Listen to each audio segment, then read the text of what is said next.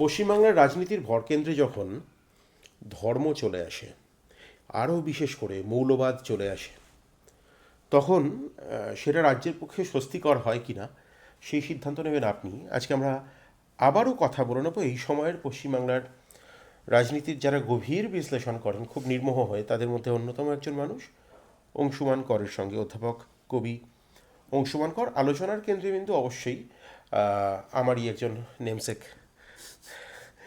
হুমায়ুন কবির। হুমায়ুন কবিরের সঙ্গে কথা হয়েছিল, হুমায়ুন কবিরের বাবরি মসজিদ, তো সেখান থেকে জনতা উন্নয়ন পার্টি, জেইউপি, মানে যুপকাষ্ঠ, যুপকাষ্ঠ হচ্ছে কিনা জানি না, অনেকে বলছেন যে হুমায়ুন কবির পরোক্ষে অথবা প্রত্যক্ষভাবে মমতা বন্দ্যোপাধ্যায়কে কোথাও গিয়ে সুবিধা করে দিচ্ছেন, কি বিজেপির অনেকটা সেরকম দাবি। বাম গণতান্ত্রিক প্রগতিশীল যারা মানুষজন, আমি সিপিআইএমের বাইরে গিয়েই বলছি, তারাও হুমায়ুন কবিরের এই নামে ভুলছেন না, নামে এসে যায় এবং হুমায়ুন কবিরের এই নামে ভুলছেন না।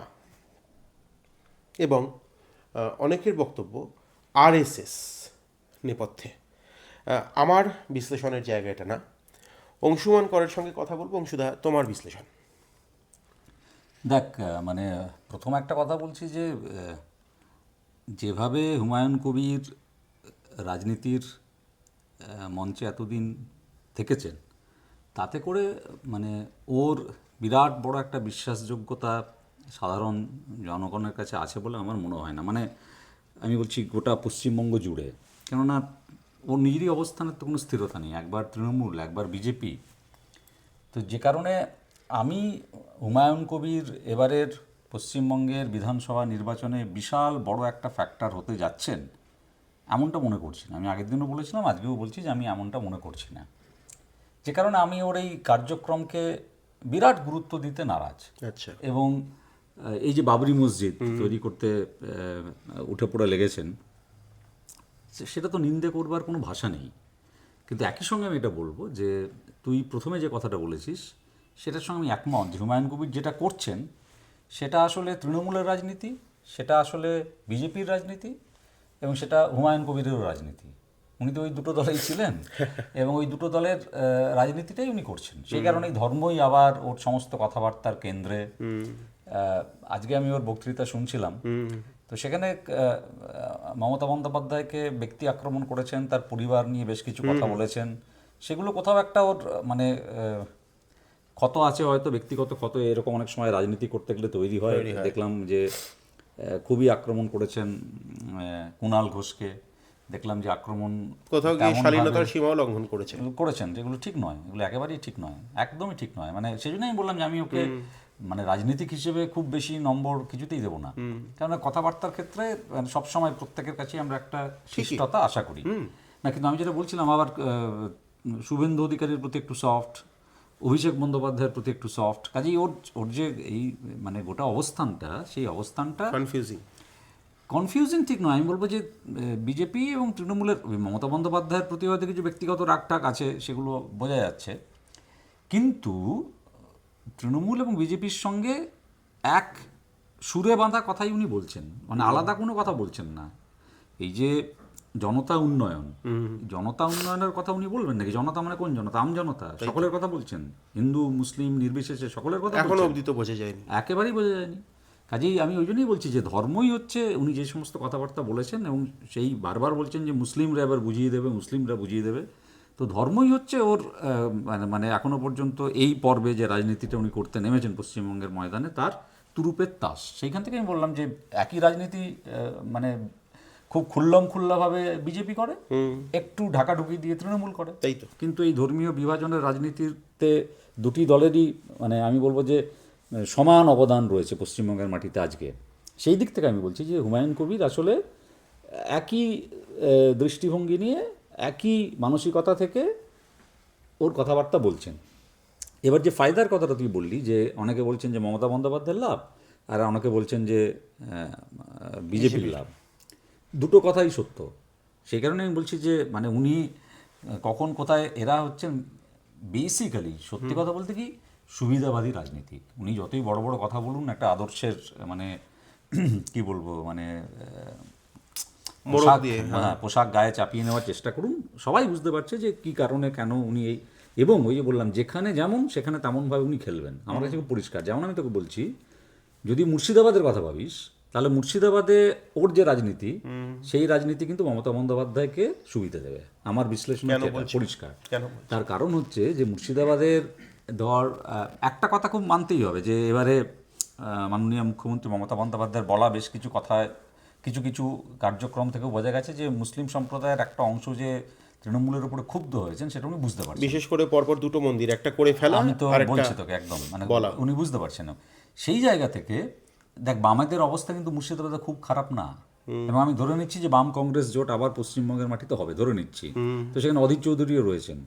তো সেই জায়গা থেকে এই যে মুসলিম সম্প্রদায়ের একটা বিরাট বড় ভোট, যারা তৃণমূলের ওপর ক্ষুব্ধ, সেই ভোটটা কিন্তু বিজেপিতে যাবে না, সেই ভোটটা চলে আসতো এই বাম কংগ্রেস জোটের দিকে অবধারিতভাবেই। সেইখানটায় হুমায়ুন কবির কিন্তু একটা বিরাট অংশের ভোট কেটে দিতে পারে। রাইট। কাজেই আমি তোকে যেটা বলছি সেটা হচ্ছে যে মুর্শিদাবাদের যে রাজনীতি, সেই রাজনীতিতে হুমায়ুন কবির কিন্তু মমতা বন্দ্যোপাধ্যায় এটা কি আবার মমতার মাস্টার স্ট্রোক? দেখ, আমি সেইভাবে এখনো দেখছি না। আমি যেটা বলছি যে উনি একজন সুবিধাবাদী রাজনীতিক, উনি নিজের আখের গুছিয়ে নিতে মাঠে নেমেছেন, এবং ওর লক্ষ্যটা হবে মানে ওই কিছু যদি আসন টাসন পাওয়া যায়, আমার ধারণা পাবেন না। তাই আমি বলছি পাবেন না, এত সোজা না, এত সোজা না। ওর যে রেজিনগর বেলডাঙ্গায় আসন পাবেন না? ওর কাজটা যেটা হবে সেটা হচ্ছে ভোট কাটুয়া। আমি যে জন্য আমি তোকে পিকে যে বললাম ভূমিকায় বিহারে একদম, যে আমার ধারণা উনি ভোট পাবেন না। উনি হয়তো ভাবছেন এই আসন পাবেন না, উনি হয়তো ভাবছেন পাবেন, আমার ধারণা উনি পাবেন না, কিন্তু ভোট কাটুয়ার একটা কাজ হবে। এবং ভোট কাটুয়ার দিক থেকে মুর্শিদাবাদের ক্ষেত্রে হুমায়ুন কবির মমতা বন্দ্যোপাধ্যায়কে সুবিধা দেবেন। দেখ, এটা মমতা বন্দ্যোপাধ্যায়, উনি হয়তো তুই বলছিস যে মমতা বন্দ্যোপাধ্যায়কে মাঠে নামিয়েছেন, আমি এত দূর পর্যন্ত যাব না। কেন আমি বলছি যে তাহলে এটা অন্যভাবে হতো, কিন্তু মমতা বন্দ্যোপাধ্যায় ওকে অ্যালাউও করেছেন। অন্য অনেক ক্ষেত্রে হলে কি হতো, উনি কিন্তু মানে এটা বুঝতে পেরে মমতা বন্দ্যোপাধ্যায় ওকে হয়তো ড্যামেজ কন্ট্রোল সেটা কিন্তু করেননি, এই পর্বে করেননি, পরিষ্কার। তো যেখান থেকে মমতা বন্দ্যোপাধ্যায় খুব অভিজ্ঞ পোড় খাওয়া রাজনীতি, অবশ্যই, এবং উনি দেখে নিয়েছেন যে মুর্শিদাবাদের এই জায়গাটায় মানে আমাকে যদি আমার জায়গায় থাকতে হয়, তাহলে হুমায়ুন কবির যদি একটু মাঠে খেলাধুলো করেন সেটা ওর পক্ষে ভালো।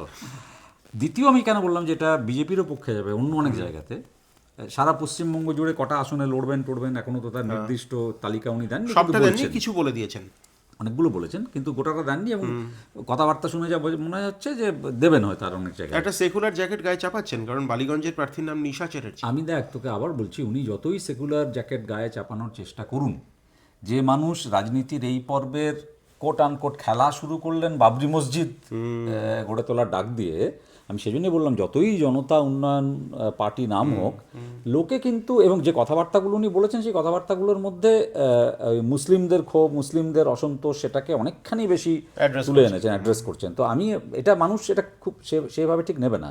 কেন আমি বলছি বিজেপির লাভ হবে, যে যে জায়গায়, আমি মুর্শিদাবাদের বাইরে যে যে জায়গায় ওরা প্রার্থী দেবে, তারা কিন্তু অনেক ক্ষেত্রে ধর যেখানে যেখানে বামেদের শক্তি খুব মানে ভালো নেই, এবং সংখ্যালঘু মুসলিমদের ভোটটা প্রায় পুরোটাই মমতা বন্দ্যোপাধ্যায়ের জায়গায় কাছে যেত, সেখানে তো একটা কাটাকাটি হবেই আবার। তাই তো, তো সেই কাটাকাটির ফলে কিন্তু হুমায়ুন কবির বিজেপির সুবিধা, কতগুলো পকেটে আবার বিজেপিকে সুবিধা দেবেন। যে জন্য আমি বলছি যে হুমায়ুন কবিরের রোলটা, আমি ওকে বিরাট গুরুত্ব দিতে রাজি নই। আবারও এখন বলছি, আমার নিজের ধারণা যে হুমায়ুন কবিরের দল শেষ পর্যন্ত একেবারে ওই পিকে বিহারে যেভাবে শেষ করেছিল সেভাবে শেষ করবে, যে কিছু ভোট কাটুয়ার একটা জায়গা, এবং কিছু কিছু বিধানসভার কেন্দ্রে হয়তো কে জিতবে সেটা নির্ণয় করার ক্ষেত্রে হুমায়ুন কবিরের একটা ভূমিকা থাকবে। তো সেই জায়গা থেকে উনি একটা উনি হয়তো মনে করছেন যে না, কয়েকটা আসন উনি পাবেনই, এবং মনে করছেন যে হয়তো শেষ পর্যন্ত নামের একটা অদ্ভুত খেলা, অনেকগুলো জায়গায় হুমায়ুন কবির, রেজিনগরে, বেলডাঙ্গায়, ভরতপুরে, রানীনগরে। এবার আমি অংশুতে একটা অন্য জায়গায় আসবো, তোমার কথার এসেন্সেই আমি বলবো, এটা আমি মানে শেষ বটম লাইন যেটা বলছি, এই জন্য আমি বললাম যে ধর্মের মানে দেখ, তৃণমূল কংগ্রেসও চায় না ভেতর থেকে, বিজেপি যেমন চায় না, তৃণমূল কংগ্রেসও চায় না যে বামপন্থী দলগুলো এবং সিপিআইএম মুখ্যত পশ্চিমবঙ্গের মাটিতে আবার শক্তিশালী হোক, মাথা তুলে দাঁড়াক। তার কারণ দুটো দলই জানে যে বামেরা মানুষের যে মানে সত্যিকারের সমস্যা, সেই সমস্যাগুলোকে নিয়ে বারবার কথা বলবে। প্রধান বিরোধী দল হয়ে গেলেও কিন্তু মানে বামেরা যদি প্রধান বিরোধী দল হয়ে যায়, সিপিআইএম এবং বামফ্রন্ট মিলে যদি মানে প্রধান বিরোধী শক্তির ভূমিকায় বা চলে বৃহত্তর আসে, বাম জোট যাই হোক না কেন। বৃহত্তর বাম জোট যাই হোক না কেন, যদি চলে আসে তাহলে সেটা মমতা বন্দ্যোপাধ্যায়ের পক্ষে খুব ভালো নয়। তার কারণ হচ্ছে যে মমতা বন্দ্যোপাধ্যায় এই জোনটায় খেলতে পছন্দ করেন, যে বিজেপি যে যা যা কাজ করে যাচ্ছে, ধরে Populist একটু। একেবারে মানে মানুষের যে মূল সমস্যাগুলো, সেই সমস্যাগুলো নিয়ে যত কম কথা বলা হবে রাজনীতির মূল ক্ষেত্রটায়, তত মমতা বন্দ্যোপাধ্যায়ের কিন্তু অ্যাডভান্টেজ, এটা মাথায় রাখতে তাই হবে। তো। মানে বিজেপিও কিন্তু সেই কাজটাই করে যায়, তাই যে যে মূল রাজনীতির যে কথাগুলো, মানুষের প্রতিদিনের রুটি রুজির যে কথাগুলো, বেঁচে থাকার যে সমস্যাগুলো, সেই কথাগুলো কিন্তু বিজেপি খুব বেশি বলে না। তাই তো। বিজেপিও তো চায় এই যে ধর্ম নিয়ে রাজনীতি এই হোক, মন্দির binary টা মসজিদ, থাক। হ্যাঁ, তো সেটা তো মমতা বন্দ্যোপাধ্যায়ের পক্ষে একটা খুব কমফর্ট জোন রাজনীতি করার জন্য। সেই দিক থেকে বামেরা যেমন মমতা বন্দ্যোপাধ্যায়ের কাছে খুবই একটা মানে মানে খারাপ পছন্দ, Threat একটা, হ্যাঁ, ঠিকই। মানে প্রধান বিরোধী হিসেবে, তেমন বিজেপির কাছেও তাই। আচ্ছা, তাহলে- বিজেপির আদর্শগত জায়গা থেকে আর যাই হোক, আমি আগের দিনও তোদের বলেছি, বামেদের উত্থান গোটা ভারতবর্ষের কোথাও চাইবে না। মোদি নিজে বলেছেন। তো পরিষ্কার। তো সেই জন্য আমি বিচারধারা বলছি যে খাতারনাক। হুমায়ুন কবিরের এই যে কার্যক্রম, তাতে আমার বিশ্লেষণ হচ্ছে যে মুর্শিদাবাদে মমতা বন্দ্যোপাধ্যায় অ্যাডভান্টেজ পাবেন, অন্য কতগুলো জায়গায় বিজেপি অ্যাডভান্টেজ পাবে, আর সর্বত্র বামেদের ক্ষতি হবে। এবার আমার তোমার কথা শুনে এতক্ষণ যেটা মনে হলো যে বামপন্থীরা কি তাহলে কোথাও গিয়ে একটা সাকসেসফুল, কারণ রাজনীতির ভর কেন্দ্রে আবার কি রুটি রুজির প্রশ্নগুলো উঠে আসছে বলেই ধর্মের বাতাসে হাওয়া দিতে হচ্ছে, মানে ধর্মের কলে হাওয়া দিতে হচ্ছে। না, সেটা তো কিছুটা তো বটেই। তার কারণ হচ্ছে, দেখ, কারণ পশ্চিমবঙ্গে যেভাবে চলছিল একটা স্ট্যাটাস কো, বামপন্থীরা আস্তে আস্তে অপ্রাসঙ্গিক হয়ে যাচ্ছিলেন। না, কিন্তু আবার রুটি রুজি নিয়ে কথা হচ্ছে বলেই কি তার কারণ হচ্ছে যে কর্মসংস্থানের যে জায়গাটা, ক্ষেত্রটা, সেখানে পশ্চিমবঙ্গের যতই মানে ওই চপ শিল্পের গুণগান গাওয়া হোক না কেন, পশ্চিমবঙ্গে সেটার অবস্থা খুব খারাপ। এটা একদম সকলে বোঝে, এবং যারা মানে একটু পড়াশুনো করে, যারা একটু মানে দুটো হাতে কাজ চায়, তারা সবচেয়ে বেশি বোঝে। তো সেটা তো, এবং এটা দীর্ঘদিন মানুষকে তো মানে এই মূল যে প্রশ্নটা, সেটা থেকে যারা একটু সচেতন মানুষ, তাকে তো ভুলিয়ে রাখা যাবে না। তাই তো।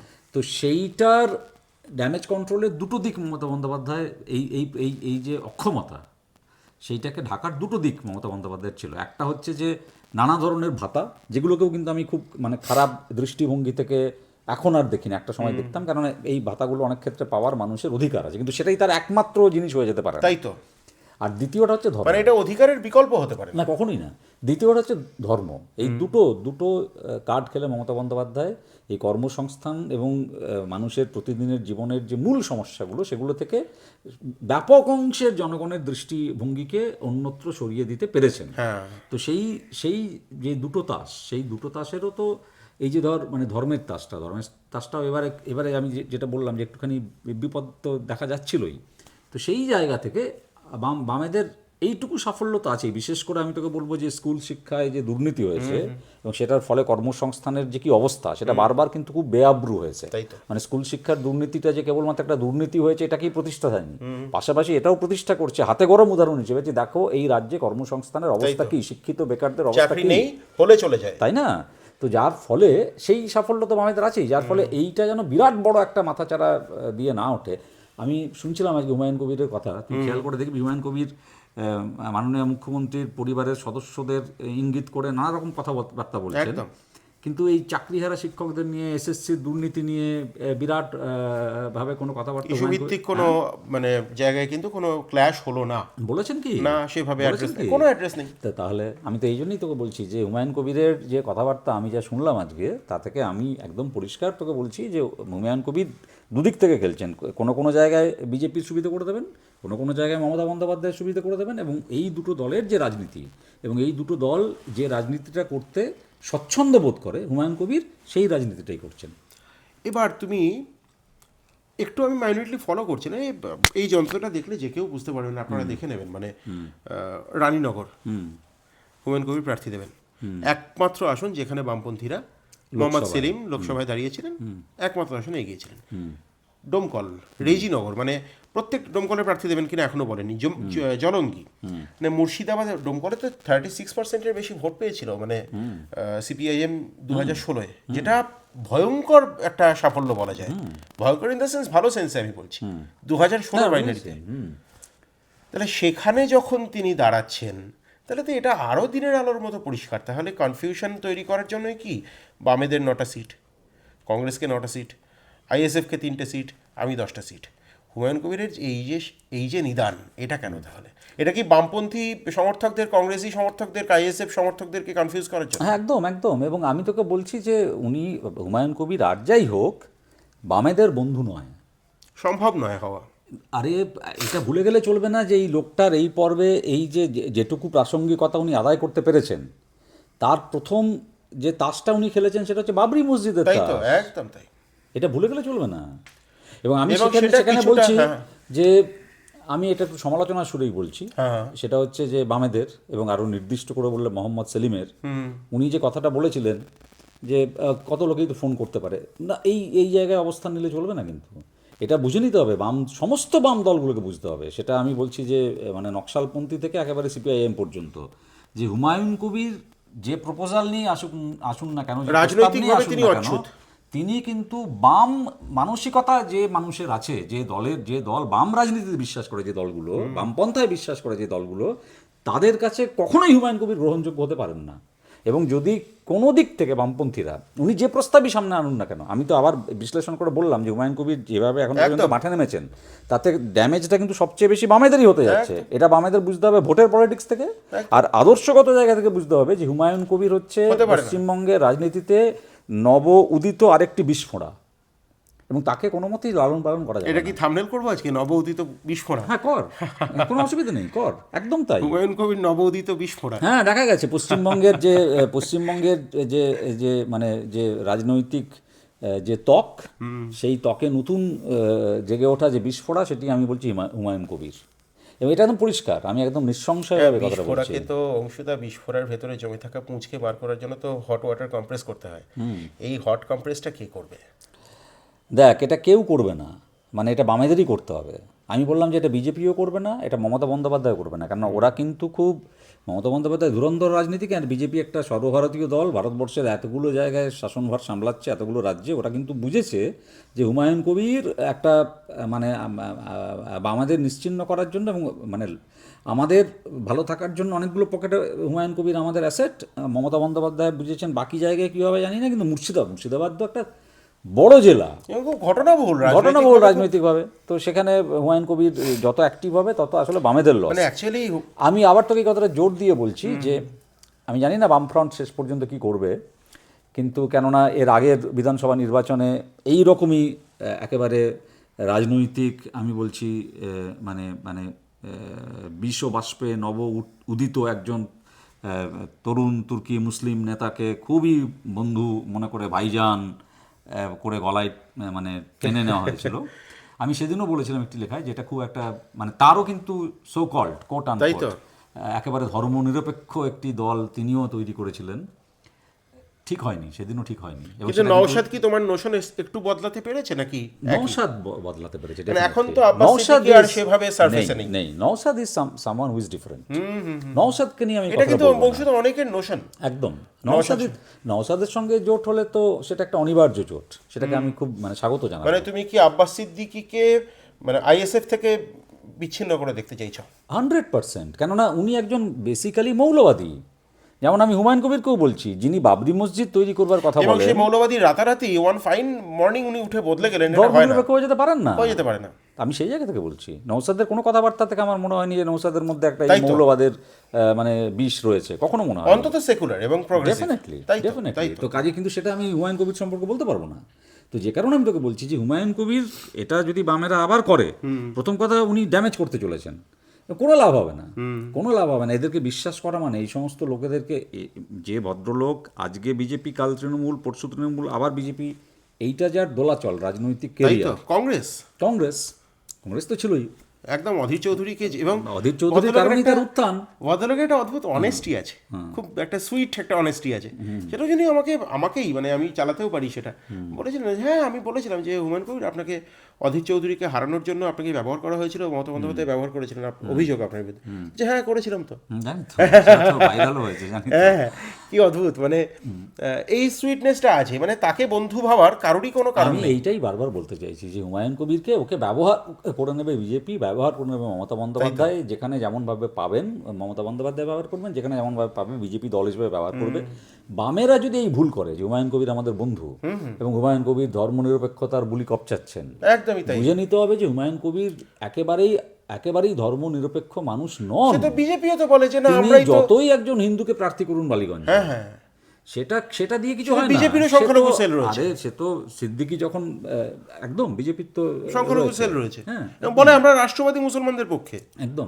তাহলে আমি সেটা বিশ্বাস করবো না কেন? তাই তো এবার একদম। এবং আব্বাস সিদ্দিকিও তো তখন এই সংগঠনের সভাপতি কে ছিলেন প্রথমে? আমার যতদূর মনে পড়ছে না, তাই না? মনে পড়ছে? তাহলে আমার নামটা মনে পড়ছে না, আমারও নামটা মনে পড়ছে না, দেখলে সরেন এই দেখা জাতীয় কিছু যাবে। তো একটা। তাহলে তো সেটাতে তো কাজে এই সমস্ত জায়গা থেকে আদিবাসী একজন ভদ্রলোক ছিলেন। আদিবাসী একজন ভদ্রলোক ছিলেন। এই সমস্ত জায়গা থেকে কোনো মতেই কিন্তু, আমি আবার বলছি যে কোনো মতেই কিন্তু হুমায়ুন কবিরকে বিশ্বাস করার বামেদের অন্তত কোনো কারণ নেই। এবং সেই জন্য আমি বলছি যে একদম মানে ওই প্রথম রাতেই বেড়াল মারার মতো আর কি, মানে নিজের অবস্থান স্পষ্ট করা উচিত। পরিষ্কার করা উচিত বাম দলগুলোর এবং সিপিআইএম এর মুখ্যত, যে এর সঙ্গে আমরা নেই। সেটা করতে দীর্ঘসূত্রিতা হচ্ছে বলে তোমার মনে হচ্ছে? আমার তো একটু মনেই হয়েছে, মানে আমি তোকে অনেস্টলি স্পিকিং আমার মোহাম্মদ সেলিমের মানে ওই তুমি এতক্ষণ ধরে মন্তব্যটি- এই প্রশ্নটা করলে মানেই তো দীর্ঘসূত্রিতা হয়েছে হয়েছে তো। দেখ এখনো মানে হুমায়ুন কবির এই কথাগুলো বলার সুযোগ পাচ্ছেন কি করে বলতো? বা তিনি যদি ফোন করেও থাকেন, হ্যাঁ, মানে তুমি কি, মানে তোমার বক্তব্য কি সেক্ষেত্রে? আমার বক্তব্য ডিরেক্ট ওকে রিফিউজ করা, যে না আমরা নেই। এবং কতজন তো ফোন করে, মানে একটা ডায়ালগ হতেই পারে, সৌজন্যের খাতিরে কেউ কাউকে ফোন করলেন, খবর নিলেন, সেটা ঠিক তাই আছে। তো, হ্যাঁ হ্যাঁ। রাজনৈতিক কোনো সংলাপ একটা বাম দলের সঙ্গে এবং সিপিআইএম এর মতো একটা দলের সঙ্গে, তার রাজ্য সম্পাদকের সঙ্গে হুমায়ুন কবিরের না, মতো কিন্তু একজন আমি মানুষের কালকে ব্যাপারে দেখছিলাম এই রাজনৈতিক সংলাপ হওয়া সম্ভব না। সিপিআইএম তো খুব রেজিমেন্টেড একটা দল, সেখানে তো কোনোভাবেই অন্তত আমাদের মতো ছোট হাউসের পক্ষে, বা আমি নিজেকে হাউস বলবো কিনা সে বিষয়েও সন্দেহ আছে, সেখান থেকে কোনো মানে কোট আনকোট ভেতরের কথা জানতে পারাটা অন্তত আমাদের পক্ষে সম্ভব না। আর যাদের যাদের আনন্দ বেশি তাদের এ দুঃখ পেতে হয়, কিন্তু আমাদের সেই দুঃখও নেই, আনন্দও নেই। কিন্তু গতকাল আমি সুজনদার বিবৃতি শুনছিলাম, সেখানে কিন্তু সুজনদা খুব স্পষ্ট করে বলছেন যে মন্দির নিয়ে, মসজিদ নিয়ে রাজনীতি করা, বাবরি মসজিদ নিয়ে রাজনীতি করা বিপজ্জনক, এবং মমতা বন্দ্যোপাধ্যায়ও সেই কাজই করেন।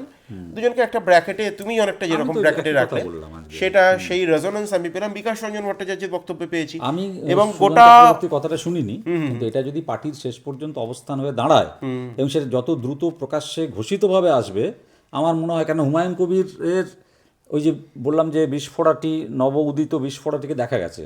এবার এইটা সম্পর্কে আমার অবস্থানটা কি হবে? আমি একে লালন পালন করব, নাকি ওই হট কম্প্রেস দিয়ে আমি বললাম যেটা ওরা যখন বামেদেরই কাজ? তুমি বলেছো তখন তো তার ভেতরে পুঁজ আছেই। তো সেটাকে বের করতে হবে। তো আমি সেই জন্যই তো বললাম, একেবারেই সেই জন্য বললাম যে আমি হুমায়ুন কবিরকে, এটা ব্যক্তি নিন্দা করছি না, কোনো ব্যক্তিকে, তার হুমায়ুন রাজনৈতিক কবিরকে অবস্থানে। আমি তার রাজনৈতিক অবস্থান থেকে বলছি যে আমি হুমায়ুন কবিরকে বিশ্বাসযোগ্য রাজনীতিক, ধর্মনিরপেক্ষ রাজনীতিক বলে একেবারেই মনে করছি না। এবং সেই জায়গা থেকে ওই যদি বললি যে হট প্রেস করে পুঁজটাকে বের করে আনার কাজ করতে হয়, সেই কাজটা করতে গেলে প্রথম যে কাজটা করার দরকার বাম দলগুলোর এবং সিপিআইএম এর আরও নির্দিষ্ট করে, সেটা হচ্ছে যে এই দলের সঙ্গে কোনো জোট আমাদের হবে না। এই কিন্তু কথাটা মোহাম্মদ পরিষ্কার করে সেলিমকে বলা। আমি যতটুকু তার সাক্ষাৎকার করেছি, তার সঙ্গে কথা বলেছি, বা ভদ্রলোককে আমি যে কদিন জাজ করেছি, ভদ্রলোকের কেউ কেউ তো তার পক্ষে থাকবেন, কেউ বিপক্ষে থাকবেন, সবই ঠিক আছে, কিন্তু তার নামটুকু বাদ দিয়ে তার মধ্যে কোনো ধরনের কোনো অন্তত সাম্প্রদায়িক না সেটা আমি বলছি না, আমি গন্ধ আমি পাইনি। দেখ আমি তার ঘটনাচক্রে তার নাম মোহাম্মদ সেলিম, না যার জন্য বিজেপির আবার একটা প্রচার হয়েছে। না সেটা তো করবেনই, সে যে বিভিন্ন রাজনৈতিক দলের নেতারা এই কাজ করবেনই, আমি সেটাকে গুরুত্ব দিচ্ছি না। সাধারণ মানুষ সেভাবে খুব একটা, সে তো মমতা বন্দ্যোপাধ্যায়কে মমতাজ বেগম বলে, বাবুল সুপ্রিয় সারাক্ষণ বলেছে, হ্যাঁ, তো সেই সব নিয়ে আমি যাচ্ছি না। কিন্তু আমি বলছি যে ব্যক্তি বিষয় নয়, আমি কিন্তু আমি বলছি যে মোহাম্মদ সেলিমের কাছে যদি ফোনটা চেয়ারটার এসেও কথা থাকে, বলছো তুমি। আমি চেয়ারটার কথা বলছি, রাজ্য সম্পাদক, মানে সেটা যদি সুজন চক্রবর্তী হতেন, সেটা যদি মানে Anybody. XYZ বিকাশ রঞ্জন ভট্টাচার্য হতেন, যে কেউ Anybody, হতেন, anybody. যে কেউ ওই চেয়ারে থাকতেন। মানে তুমি সিপিআইএম এর রাজ্য সম্পাদকের আমি কথা সেই বলছো। কথা জায়গা থেকে বলছি যে তার ওইটুকু এন্টারটেন করা। কারণ মোহাম্মদ সেলিম সম্পর্কে একটা নোশন তৈরি হয়েছিল, এটা আমারও মনে হয়েছিল যে সিপিআইএম কি করে এরকম একটা দল। আব্বাস সিদ্দিকী সম্পর্কে যখন জানলাম, খুব তো জানতাম না, আব্বাস সিদ্দিকী সম্পর্কে কতটুকু জানতাম, আইএসএফ তৈরি না, আমরা হওয়ার পর কেউ থেকে, চিনতাম না। আইএসএফ তৈরি হওয়ার পর থেকে একদমই ইউটিউবের তাই। ফুটেজগুলো সামনে আসতে শুরু একদমই করলো। তাই। কিন্তু আজকে তিনি যে খুব অন্তত ভোটের অঙ্কে তো সত্যি সাফল্য তো আসেনি, কিন্তু আবার একমাত্র বিধায়ক কিন্তু আইএসএফ এর, সেটাও ঠিক। এবং নওশাদ কিন্তু এখনো পর্যন্ত প্রমাণ করে চলেছেন, আমি জানি না আবার প্রমাণ আগামী দিনে করতে হবে কিনা, যে তিনি অন্তত সেকুলার। না সেটা তো আমিও তোকে বললাম, কিন্তু যেটা ওই মোহাম্মদ সেলিমের ক্ষেত্রে আমি যেটা বলছি যে ওই চেয়ারটা থেকে বা দল হিসেবে, আমি বারবার এই কথাটা জোর দিচ্ছি যে দল হিসেবে সিপিআইএম এর এটা স্পষ্ট করা দরকার যে হুমায়ুন কবিরের সঙ্গে আমরা নেই। তাই তো। হুমায়ুন কবিরের সঙ্গে সিপিআইএম থাকবে কিনা সেটা সময় বলবে। আরও বেশি করে হুমায়ুন কবিরের সঙ্গে মানুষ থাকবেন কিনা সময় বলবে। আপনি যেটা বলবেন সেটা হলো কমেন্ট বক্সে আপনাকে লিখতে হবে বিহার নয়, উত্তরপ্রদেশ নয়, বাবরি মসজিদের রাজনীতির প্রাণকেন্দ্র পশ্চিমবাংলা হলো দায় কার।